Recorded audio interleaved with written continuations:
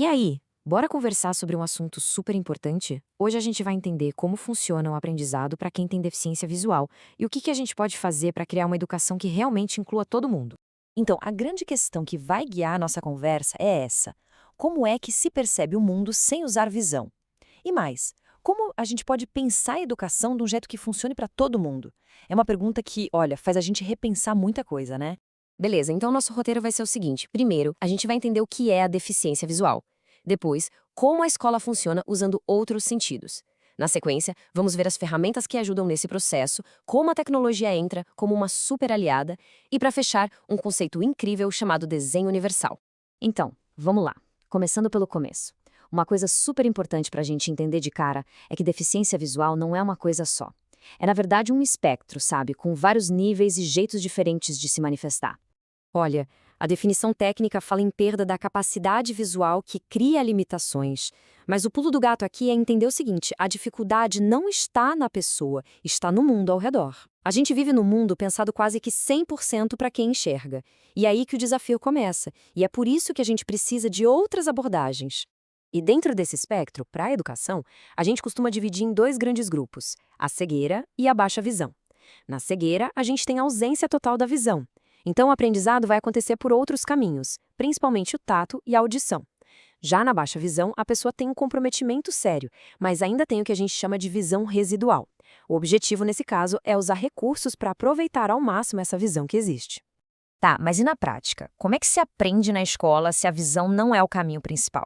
É exatamente isso que a gente vai ver agora, nessa segunda parte, falando de como os outros sentidos entram em cena.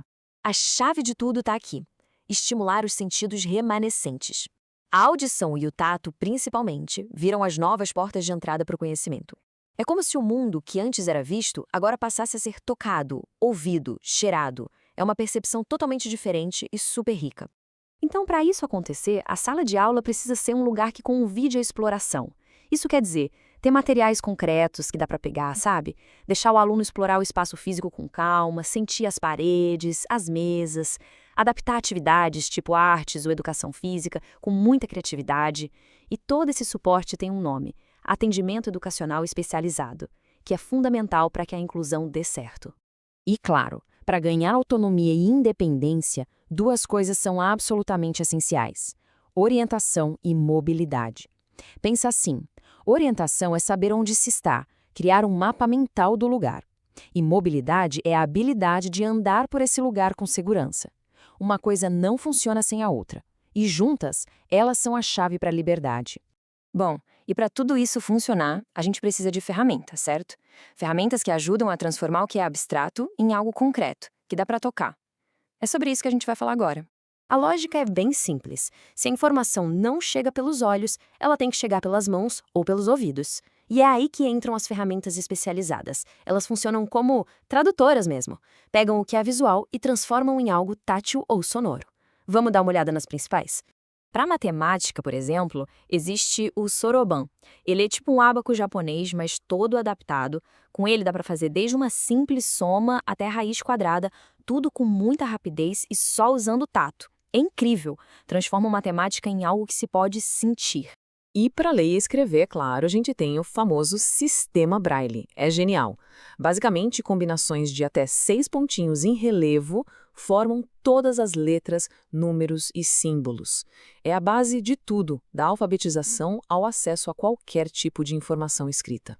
Mas a acessibilidade não fica só dentro da escola, né? Ela vai para a rua.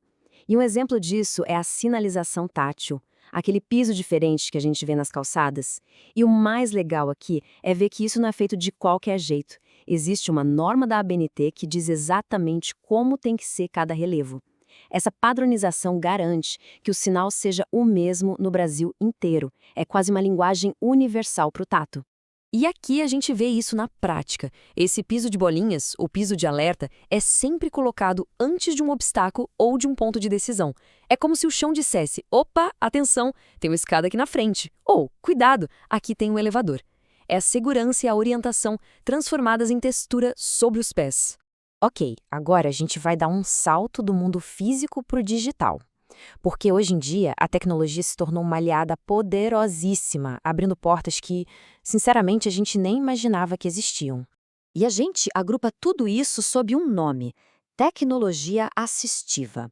É um termo guarda-chuva, sabe? Vale para qualquer produto, equipamento ou sistema que ajude a dar mais autonomia e incluir as pessoas. E no caso da deficiência visual, nossa, o impacto é revolucionário. Um exemplo clássico são os leitores de tela. O que eles fazem? Simples. Eles leem em voz alta tudo que aparece na tela do computador ou do celular. No Brasil, a gente tem opções bem legais, como o DOSVox, que é um projeto gratuito da UFRJ, até o JAWS, que é o mais famoso e completo do mundo. É isso que dá acesso à internet, a livros, a redes sociais, a tudo. E para quem tem baixa visão, a tecnologia também vem com tudo. Existem programas que ampliam o que está na tela, dá para aumentar a letra, mudar as cores para ter mais contraste. E tem também os sistemas de CFTV, que são tipo uma câmera que filma o livro ou o quadro na sala de aula e joga a imagem bem grande num monitor. Ajuda demais. E tudo isso que a gente viu, as ferramentas, a tecnologia, nos leva a uma ideia final, que meio que amarra tudo. É uma pergunta. Em vez de ficar criando adaptações e remendos depois que as coisas já estão prontas, e se a gente já projetasse tudo pensando em todo mundo desde o comecinho? Pois é, essa ideia tem nome: desenho universal. A filosofia é exatamente essa. Não é sobre adaptar, é sobre criar algo que já nasce acessível. A rampa é o exemplo perfeito. Ela serve para quem usa cadeira de rodas, claro, mas também para quem está com um carinho de bebê, para quem está puxando uma mala pesada, para o idoso. Serve para todo mundo. E esse conceito se apoia em 7 princípios básicos. A ideia é que o uso seja igual para todos, flexível, simples, que a informação chegue de várias formas, que tenha tolerância a erros, enfim, é toda uma forma de pensar que coloca as pessoas, com toda a sua diversidade, no centro do projeto.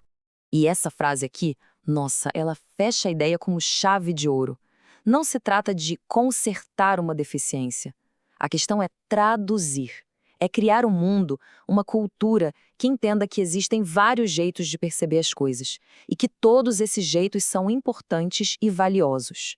Então, para a gente fechar, fica aqui uma provocação para a gente pensar. No nosso dia a dia, em casa, no trabalho, no nosso bairro, qual seria uma pequena mudança, uma coisinha que a gente poderia fazer para deixar o espaço um pouquinho mais acessível e inclusivo para todo mundo? Porque a grande mudança, no fundo, começa com esse olhar atento.